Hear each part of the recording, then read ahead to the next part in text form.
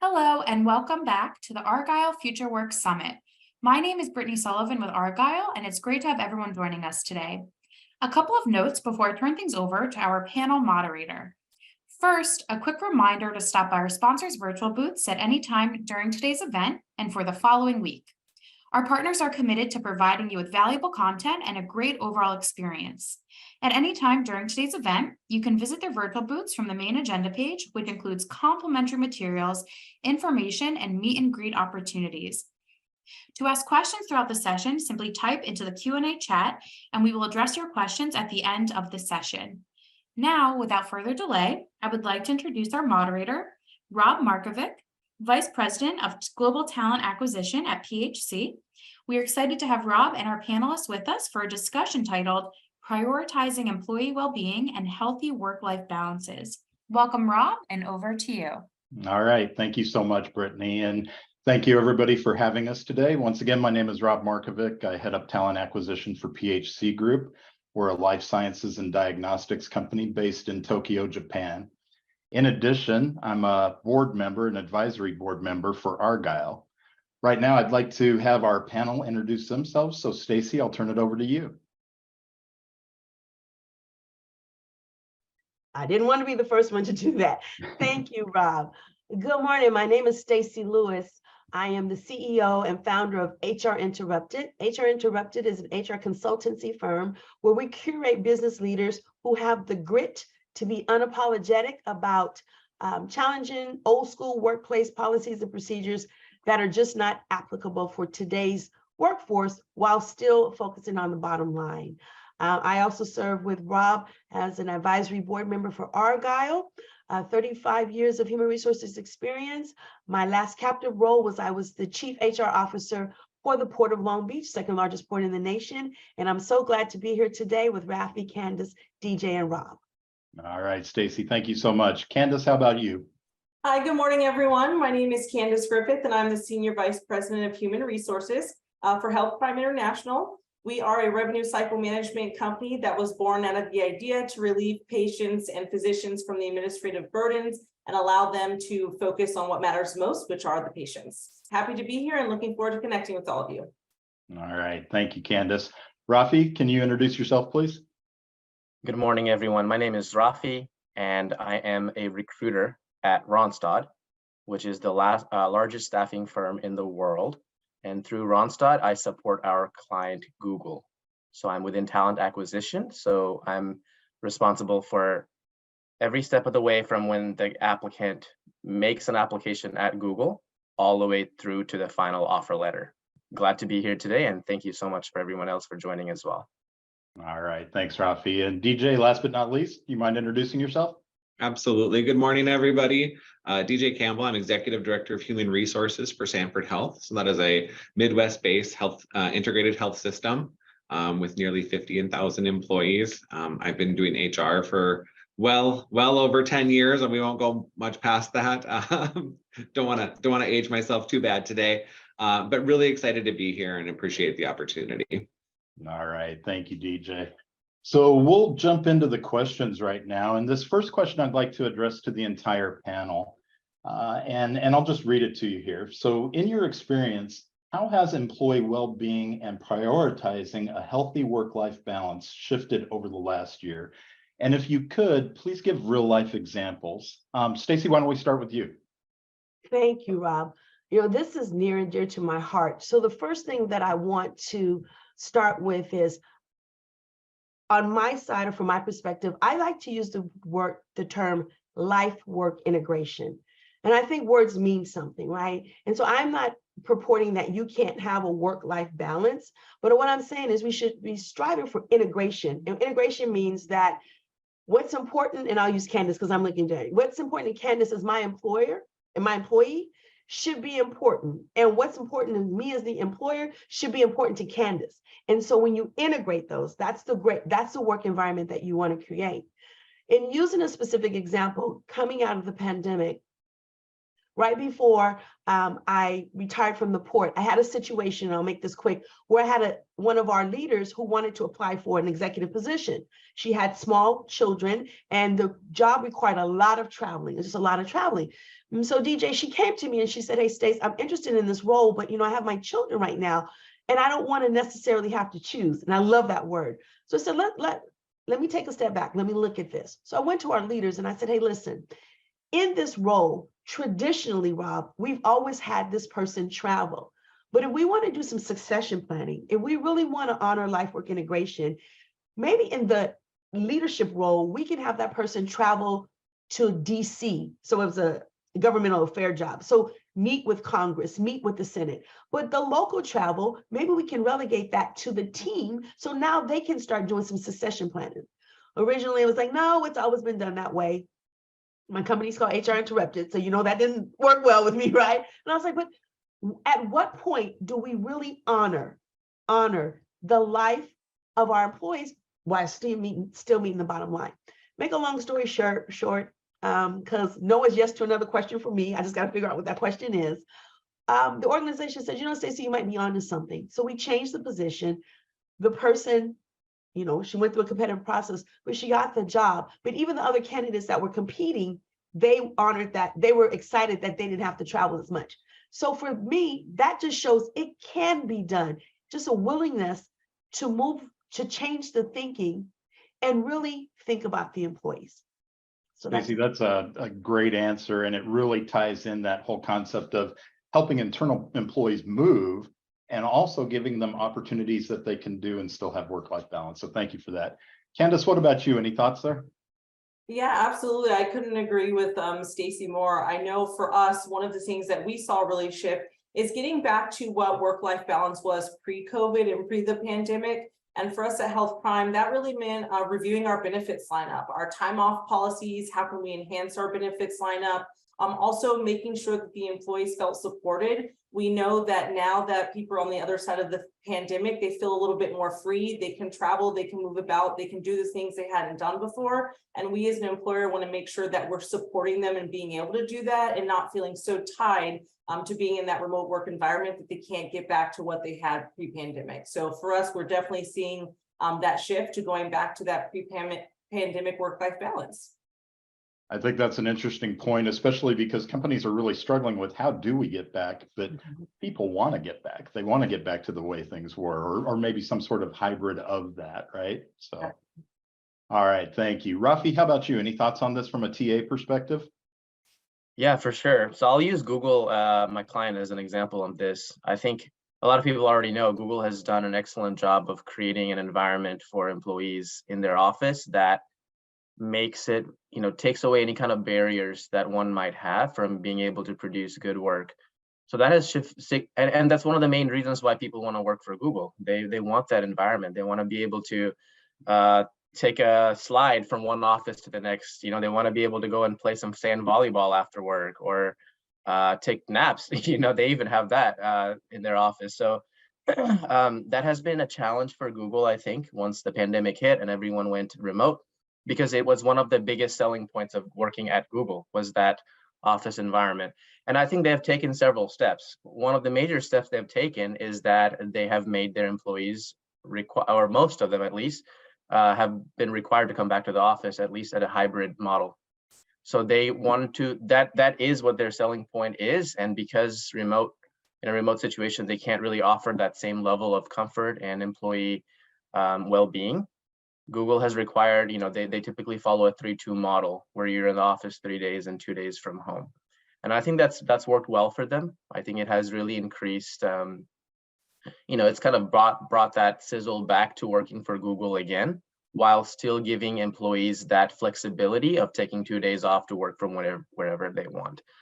Other than that, I think Google has always been extremely efficient at, just having so many different perks for employees, free access to gym memberships, they have assistance if you need to, if, like, for example, mental health counseling, they offer that for free. Google has always done an excellent job of just offering whatever benefits that they need to give to their employees to remove any sort of barriers that would be in the way. Whatever it is that you need, you can typically go to Google HR, and they will do something at least to remove that barrier for you. That's awesome. Thank you, Rafi. And I think once again, that whole concept of how do we get back from the pandemic, and how do we still engage people in our facilities, but also think about how we can still be flexible and offer those things that are really key to attracting and keeping talent. So DJ, how about you? Any thoughts on this? Yeah, I really love what Stacy said around, really taking that work-life balance and framing that to work-life integration. And so much has changed over the past year, flexibility, wanting to take your kids to school, having different resources in the workplace for our teams. But I think probably the most important thing that's changed is really coaching our leaders on how to have those conversations with their teams. How do you meet somebody where they're at today and really uncover what their true goals are, both personally and professionally, and then be able to provide those resources so that they can achieve them.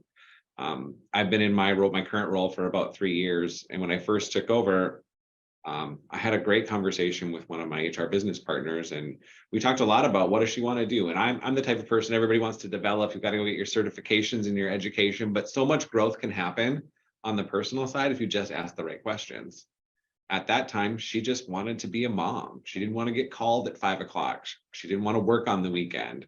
And that was an easy fix, right? I just don't email her on the weekend, and we don't call her after 5. And since then, she has gotten more certifications. She's on 2 boards. And so it's going to be an adaptive process moving forward when it comes to well-being in the workplace and finding that work-life integration. I think that's a great point. And it's really interesting to me how all of you brought up somehow, some way, this concept of if we just say yes instead of always saying no, we can really engage our workforce and help them have that work-life flexibility. All right, very good. So thank you panelists for those answers. I thought that was great. I want to jump into the next question now. And Stacey, I'm going to direct this one at you.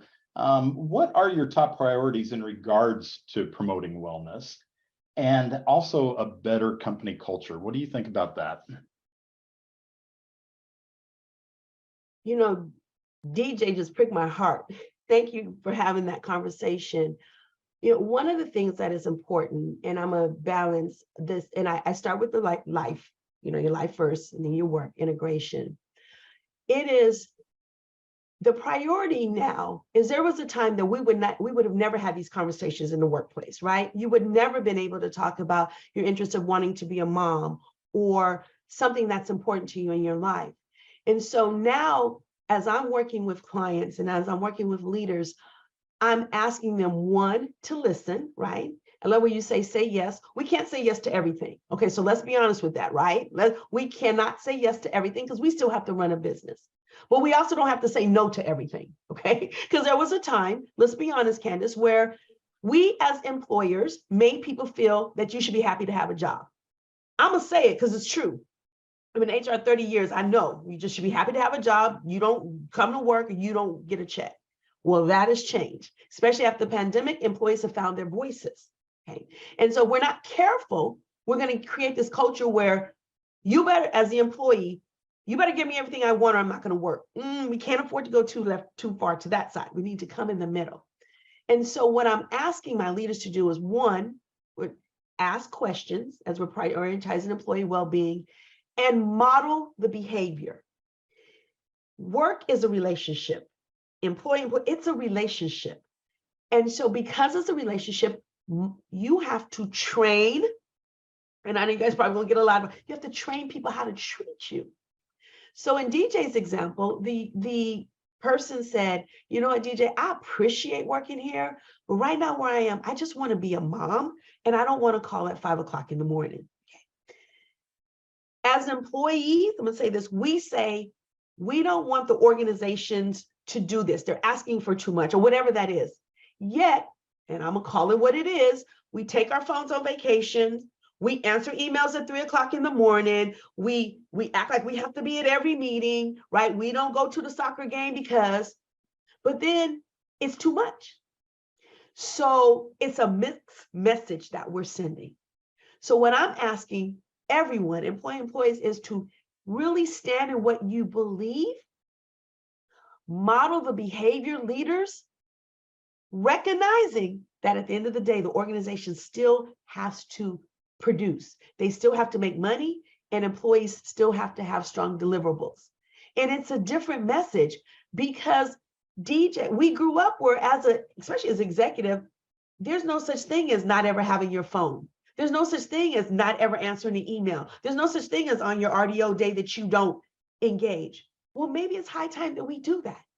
Because when DJ staff sees that DJ said, and I'm finished, between 7 and 5 or 7 p.m. or 3 and 4 or 3 and 6, I'm at my daughter's baseball game. And unless the world is falling, and if the world's falling, I can't do anything about it. I'm disconnected because that's important to me. Now you start building a culture where people feel comfortable in that space. So my priority is ask questions and model that behavior. Stacey, thank you. I think you're exactly right. It's a compromise. It's a dance. It's how we work with our employees and how they work with us to have both of us be successful, right? Panelists, any other thoughts on what Stacey brought up there? Anything you'd like to add?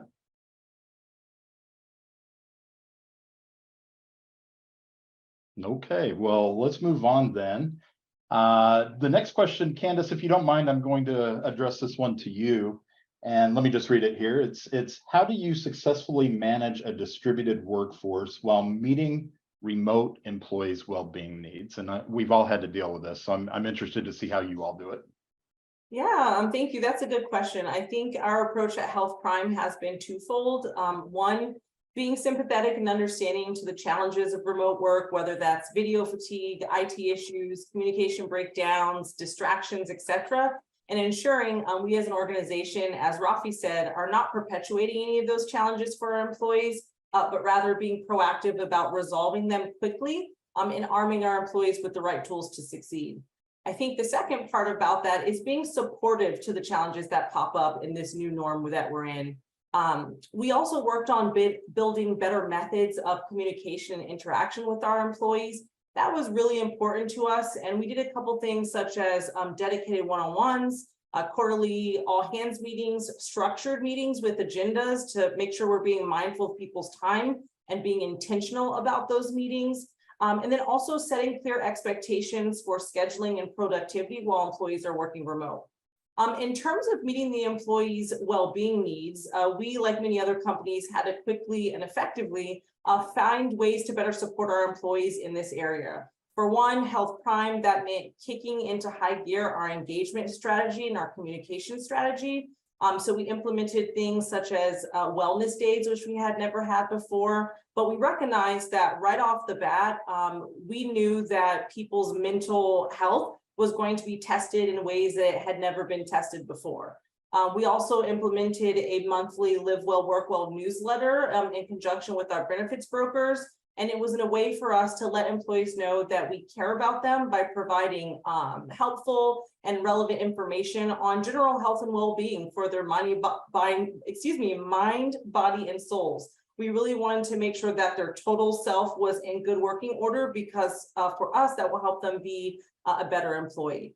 And then we also enacted employee feedback surveys. We wanted to ensure that we were giving employees a voice in company decisions, but also giving them an outlet to give us direct feedback about what was working and what wasn't working for them, which in turn would allow us to better serve and support them. And I think, and lastly, I know DJ mentioned this, is being flexible. This, I think, by far, many organizations struggled with, and that's something I know we did at HealthPrime, but we recognize the value in it and the value that it brought to employees in terms of being flexible with that work-life integration, but also the value that it brought to us as an organization in terms of our retention strategy. So for us at HealthPrime, those were the key things that we did to meet our employee well-being needs, and also just being able to effectively manage that distributed workforce, because we at HealthPrime are all throughout the US. We're in India, Costa Rica, Philippines. Time zones are all over the place, yet we all have to collaborate together despite those time zone and country and location challenges. So those are just some of the ways that we rose to the occasion to meet that need. Yeah, Candace, that's amazing. And I think companies that really put thought into it followed a very similar path and really wanted to take care of their employees. And I love that comment about caring for people's souls as well, because it's the whole person, right? And it did bring about challenges that we've never dealt with before. And so it's so important that companies realize that, take it on, and bring their employees to the forefront and part of the voice of it. Once again, I'll open it up to the panel. Any other thoughts on that question? Candace, I have a question. That is amazing. Did you find that the leadership in the organization is also taking advantage of those offerings that you're giving to employees? Are you seeing that the leaders in the organization too are also taking care of their health? Amazing. Yeah, I think right off the bat, that isn't intuitive, especially not for the executive staff to take advantage of those items. But once they saw how important it was for the employees and how that was a way for them to connect and engage with employees that they don't, see walking around the office anymore, we got them to get on board a little bit more with that. And I think it's proven to be successful, because not only does it open up an avenue for connection with these employees who are all throughout the world, but it also allows them to tap into their mind, body, and souls, because quite honestly, people don't ask the executive team, how are they doing? So we wanted to reinforce that this isn't just for our professional working staff, this is for every level in the organization, that we want them to be well and be able to be successful here at HealthPrime. Awesome. All right, well, why don't we move on? The next question is more talent acquisition oriented, and it's actually a two-part question. And Rafi, I'll give this one to you if you don't mind. So the first part of the question is, how do you attract new talent through well-being or promotion of a healthy company culture? You talked a lot about Google earlier, so I think it makes sense to chime in a little bit more on that. The second part of the question is, what does the hiring landscape look like? And do you have any advice for successfully acquiring talent, highlighting the well-being piece of it? Sure, Rob. So I'll address the first part first. A lot of it is going to be highlighting those.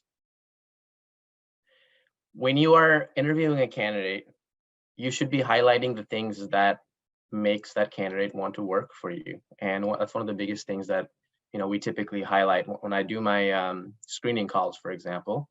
That's one of the first things I bring up, is that yes, you're getting a great compensation here. Google has always been one of the top, they've compensated well for every position. They're in the top 10% of the market. However, you are also getting this host of benefits that you need to consider as you think about your entire compensation package. That includes things like employee well-being, like I said, access to gyms, the Google office itself, mental health coaching, monetary support for different things. It includes the vision, health, dental, and also the very relaxed company culture. Like, Google is a very data-driven, hardworking type of company culture was what you see in Google, but at the same time, it is extremely flexible as well. You can pretty much, even director level employees and above pretty much dress in t-shirts and whatever they want to wear, really. You're not being judged on necessarily what your appearance looks like in those kind of meetings. The flexible working situation, Googlers, even well before the pandemic, could have worked from home, a couple of days a week if they wanted. That flexibility has always been there at Google. And then even within the office environment, as I've said, they have created so many different things to make employees be more productive while having fun being at work. There's just so many different things in the Google office. If you ever get a chance, check out the Mountain View office that they have. You can see a lot of it from the outside, actually. It's just amazing. Even like bikes all over campus. So you can just bike from, one office to the next. There's nap pads. There are, like I said, volleyball courts. I believe they even have swimming pools on campus.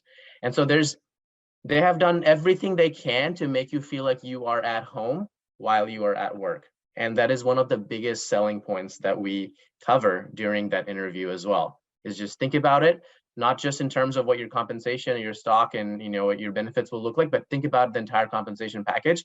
What is the culture that you're coming into? What are the how is Google going to take care of you as a person? As Stacy and Candace said earlier, is They are looking at an individual as a whole, and they're making sure that that person is taken care of, almost like you would take care of a friend. Google has always been extremely good at that. So the second part of the question is, what does the hiring landscape look like, and any advice on successfully acquiring new talent? The hiring landscape, at least speaking for tech, is kind of tricky right now. There has been a lot of major layoffs from a lot of big companies, unfortunately. And that's as a result of perhaps market conditions, perhaps the different reasons go into it. So, our employees are sort of cautious about that before they take on any new role. They want to make sure that the company is stable, the role is stable. As a result, I think they're far more cautious than before accepting a new position. So you really have to do a lot more convincing. And that's kind of where these, some of the things we're talking about come into play. Is you're not just offering a paycheck as an employee, you are offering to them an entire package where you're taking care of them personally as an employee. You're giving them that flexibility. You're giving them the flexibility of where they're working from. You're giving them the flexibility of doing things during the day. For example, like Stacey mentioned, taking your kids to school and giving them that opportunity to, I don't know, go do a yoga class during, your work hours. Like, you don't really see that clock in and clock out concept as much anymore. It's about, can you do the job? Can you do the job well? And can you get it done for us? It's not about whether you're clocking in at 9 a.m. and leaving at 5 p.m. because, that model is just not working anymore. People are, it's much more productivity focused. And so I think one of the best things that companies can do right now is just highlight some of those things, highlight that you have that flexibility, starting from the very first conversation. When we send out just a general message to say a candidate on LinkedIn via recruiter, hey, John Smith, we've got this position open. Here's what the position entails, and here's what's in it for you. We highlight that concept from the very beginning. We let them know right up front that this is the kind of flexibility you'll get working at Google.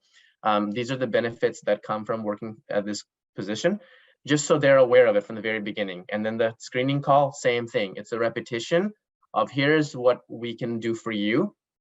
Here's why you should consider us. So there's always a very strong focus on the employee and their well-being, and that is basically part of the compensation for the role.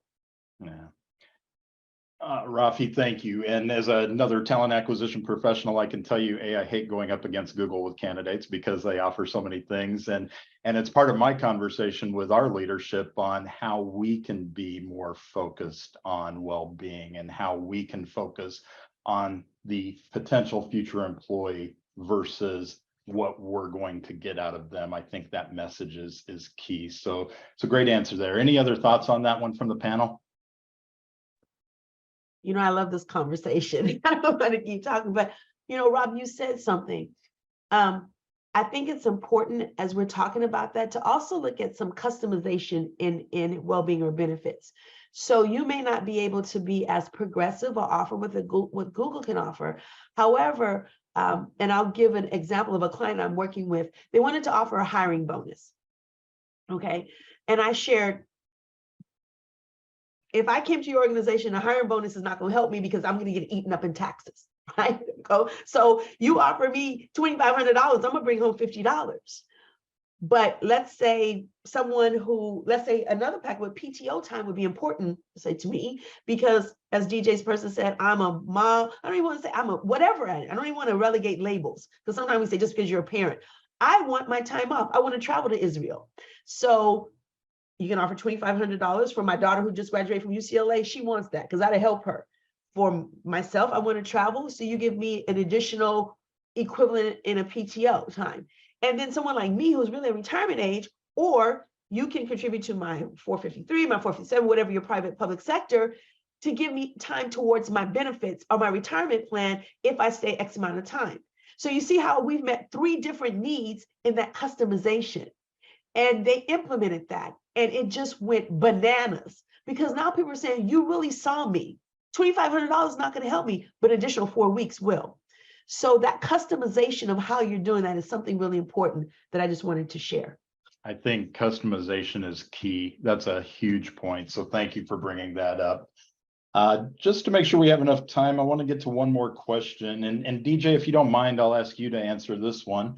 Do you provide any resources for mental, physical, or emotional health? And if so, tell us what you all do there. Yeah, it's a great question. We offer a number of resources, just like Candace mentioned earlier today. She's got a ton of them too at her organization. But really, I think the cornerstone in any HR department is going to be your employee assistance program, and monitoring that program for usage, and then making sure that the needs of that program meet your employee population. We offer tons of other things out there, so gym discount memberships. We've got some stuff for mental health. We've got financial well-being. All of the plethora of different resources that you can offer to an employee.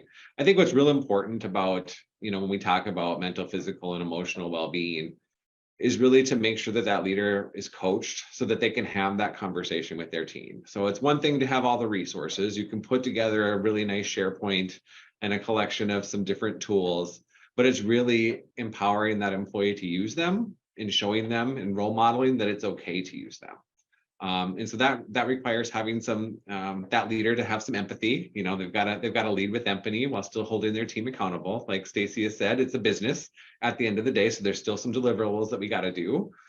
But really identifying where that person's at and making sure that we've got resources to meet that need.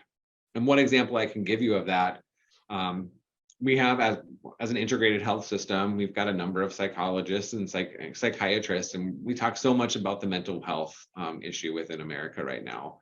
And so we've got all of these resources, but nobody was ever using them because nobody really ever wants to admit that they've got a problem. And so we actually asked a clinician to, let's do some 5-minute videos. They've only got to be 5 minutes. Let's talk about what is anxiety really.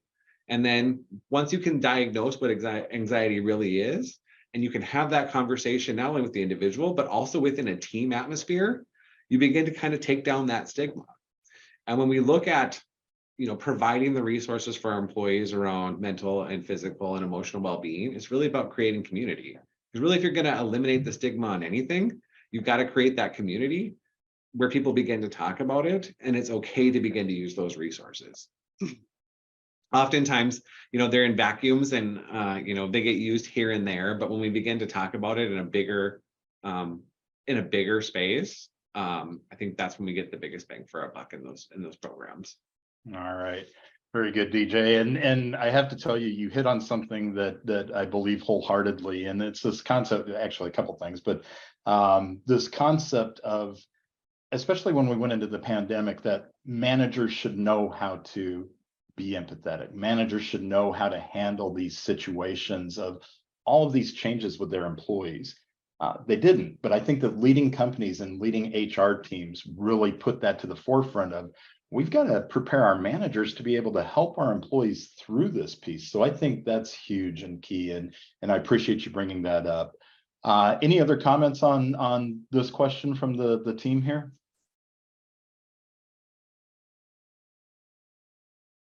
All right, well, why don't we do this? We're getting close to time. I want to make sure that we leave time for questions from the audience. Several have come through.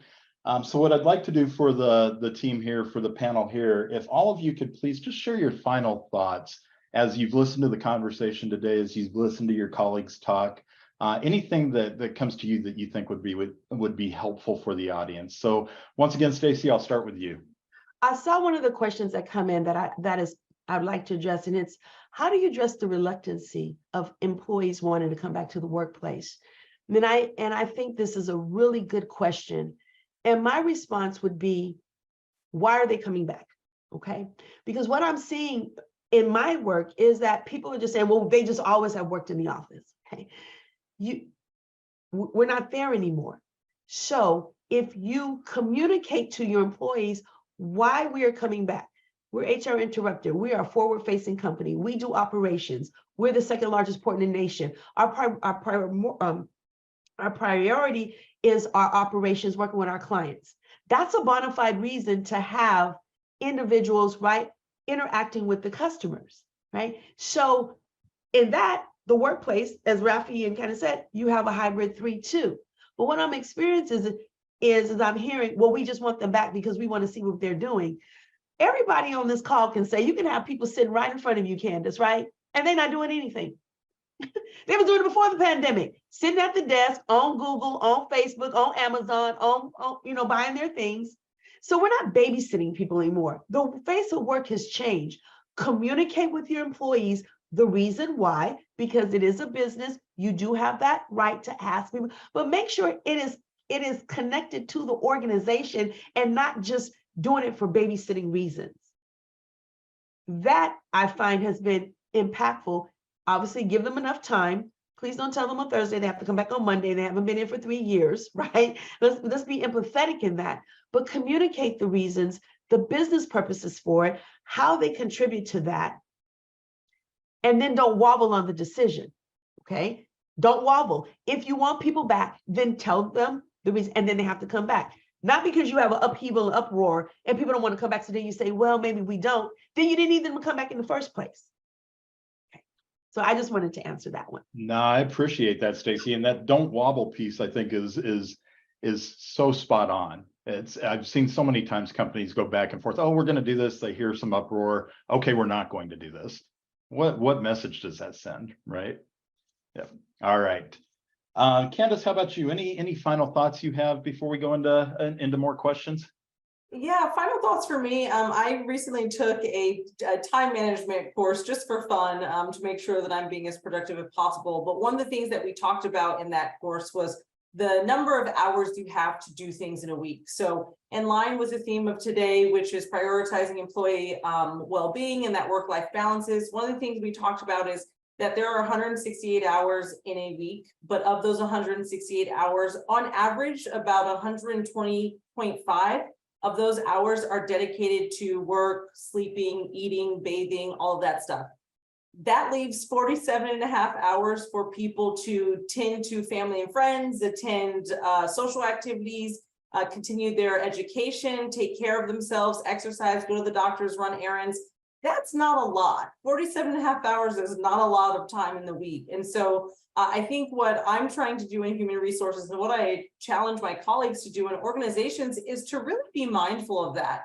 In line with the theme of what we're talking about today, that's a perfect example of why it is so crucial to really prioritize your employees' well-being and health, because we don't get a lot of time as people to just simply exist. A lot of our time is already predetermined every day when we wake up. And so I just challenge people to really think about that and be thoughtful and intentional about the business decisions you're making that directly impact the employees that you have that are there to do the great work of your organization. So that's my little nugget, is just think about that math and that time that's available for people.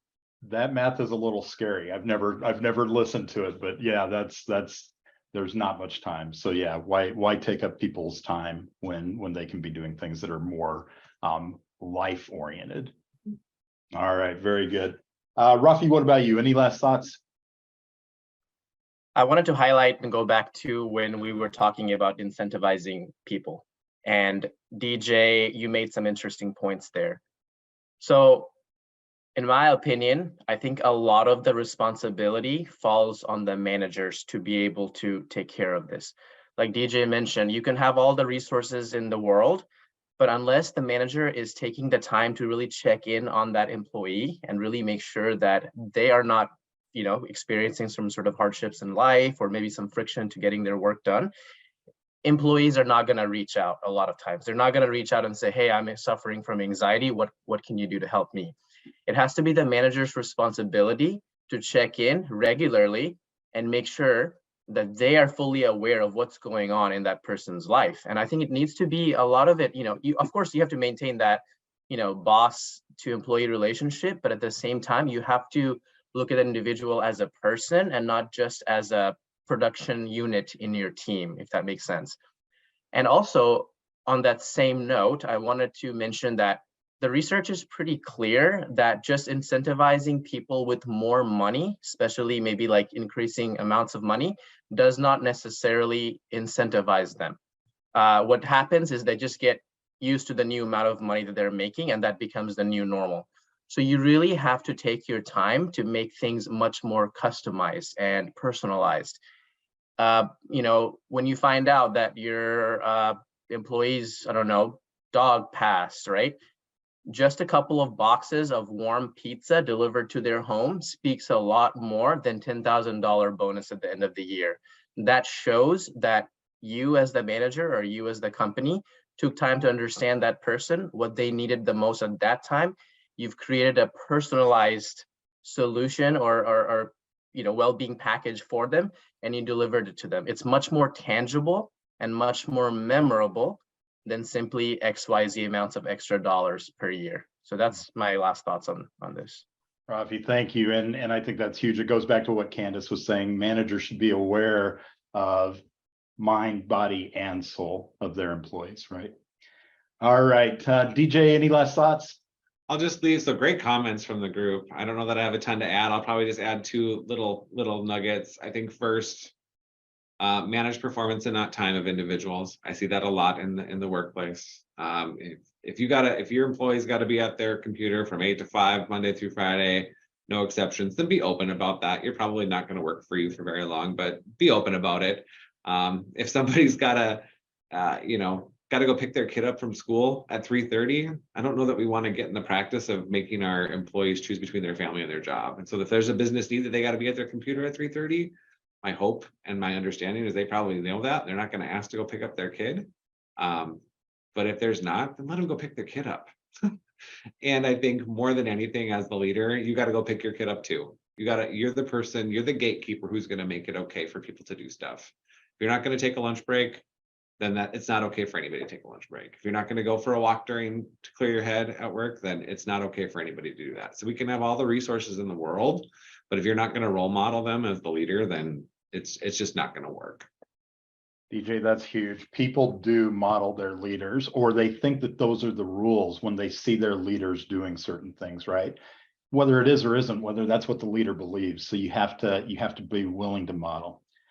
All right, panelists, thank you so much. That was a great discussion. We do have maybe a minute or two for a question or two. So let me throw out another one. Stacy answered one for us, so thank you for that, Stacy.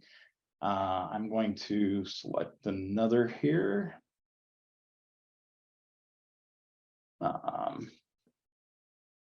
Here we go. What are the most effective resources you provide for mental, physical, and overall health? So if any of you would like to take that one, just what do you feel is the most effective?